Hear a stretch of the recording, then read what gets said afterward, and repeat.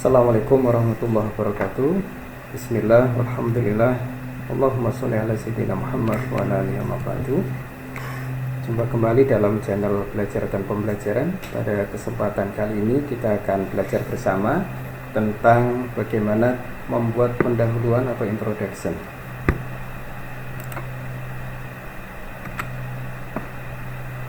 Pendahuluan menjadi penting karena yang pertama, dengan pendahuluan akan bisa menarik perhatian. Kemudian yang kedua, dengan pendahuluan akan bisa terbaca mengapa topik itu penting untuk diteliti. Kemudian yang ketiga, bisa mengarahkan tujuan penelitian. Dan yang keempat, bisa menyampaikan kontribusi penelitian. Dari keempat hal ini, untuk perbedaan antara pendahuluan atau introduction dalam jurnal, kemudian tugas akhir, skripsi untuk S1, tesis untuk magister, dan disertasi untuk program doktoral, diantaranya adalah pertama, tentang urgensi pendahuluannya di jurnal ilmiah, yaitu untuk menjelaskan secara ringkas konteks, gap riset, serta kontribusi baru. Ciri khasnya adalah padat dan langsung poin pentingnya. Umumnya ada 2-4 paragraf, kemudian tidak terlalu naratif, kemudian fokus pada riset gap atau novelty, unsur kebaruan. Untuk jurnal ilmiah mirip dengan disertasi atau untuk S3, yaitu dengan menyajikan state of the art penelitian serta kontribusi orisinalnya terhadap ilmu pengetahuan yang secara khas bisa ditunjukkan dengan kebaruan atau novelty dan orisinalitasnya. Kemudian melibatkan banyak referensi internasional dan kekinian, kemudian menampilkan perdebatan akademik yang kritis, serta dilengkapi argumentasi ilmiah yang kuat. Kemudian apa bedanya pendahuluan untuk skripsi dan untuk tesis?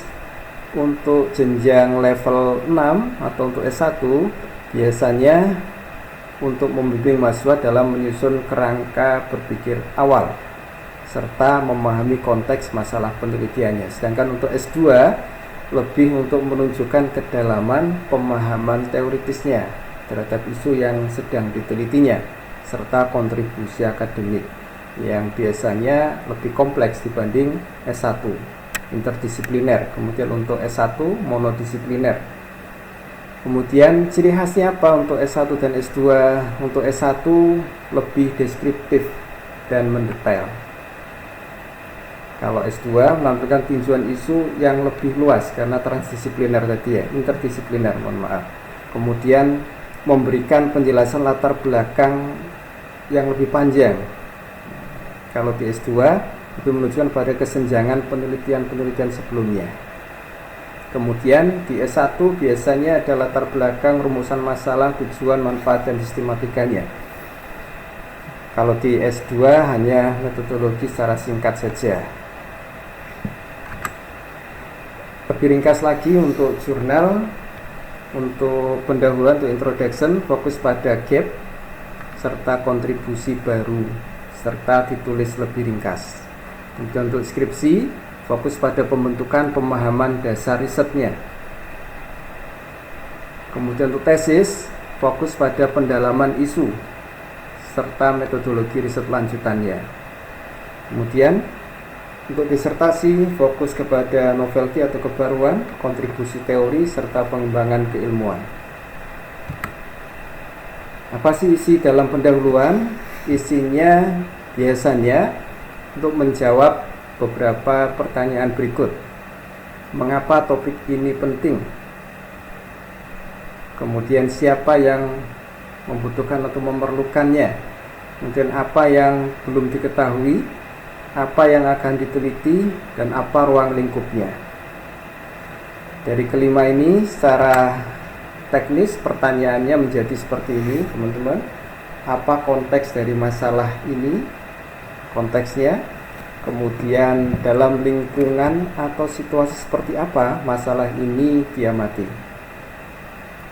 Ketiga, kenapa riset ini penting? Dan yang keempat, siapa yang mendapatkan manfaat dari penelitian ini?